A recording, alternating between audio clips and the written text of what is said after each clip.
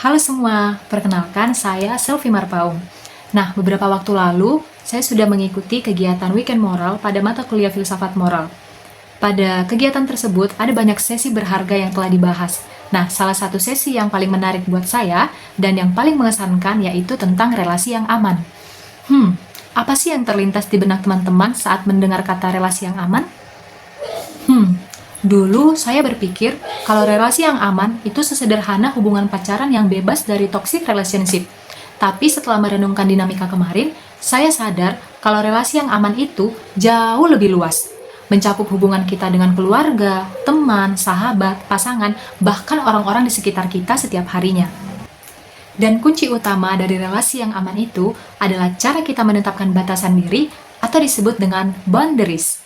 Di Weekend Moral kemarin, saya belajar kalau boundaries itu bukanlah sikap yang egois, melainkan bentuk kasih dan rasa hormat, baik atas diri kita sendiri maupun orang lain. Saya jadi teringat beberapa waktu yang lalu, teman saya sempat curhat seperti ini. Sel, aku mau cerita sesuatu sama kamu. Apaan? Jadi, aku itu lagi ada di suatu hubungan yang aku ngerasa itu udah toksik. Tapi pas aku ngejalaninnya itu, aku ngerasa kayak, apakah ini wajar-wajar aja ya dalam sebuah hubungan itu ada toksik kayak gitu. Kalau kamu belum siap cerita nggak apa-apa kok, An. Tapi sebenarnya aku bingung, Sel. Dalam suatu hubungan itu yang sebenarnya dikatakan aman itu yang kayak gimana? Aku nanti takutnya aku lama dalam hubungan itu ternyata itu nggak baik buat aku, nggak aman gitu. Oke, An. Aku juga masih belajar kok.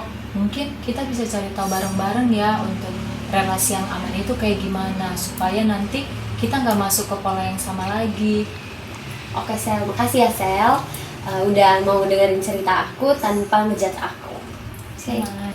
Nah, melanjutkan obrolan singkat dengan teman saya tadi, sebenarnya di Weekend Moral kemarin dijelaskan secara detail loh kalau boundaries atau batasan itu ada banyak jenisnya.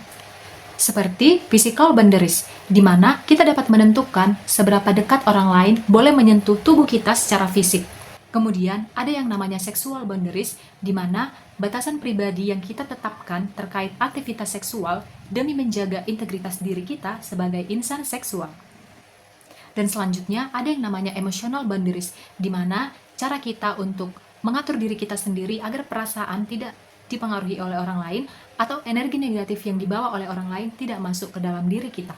Sadar atau tidak, sebagai Gen Z, ternyata kita sering banget loh mengabaikan batasan-batasan ini.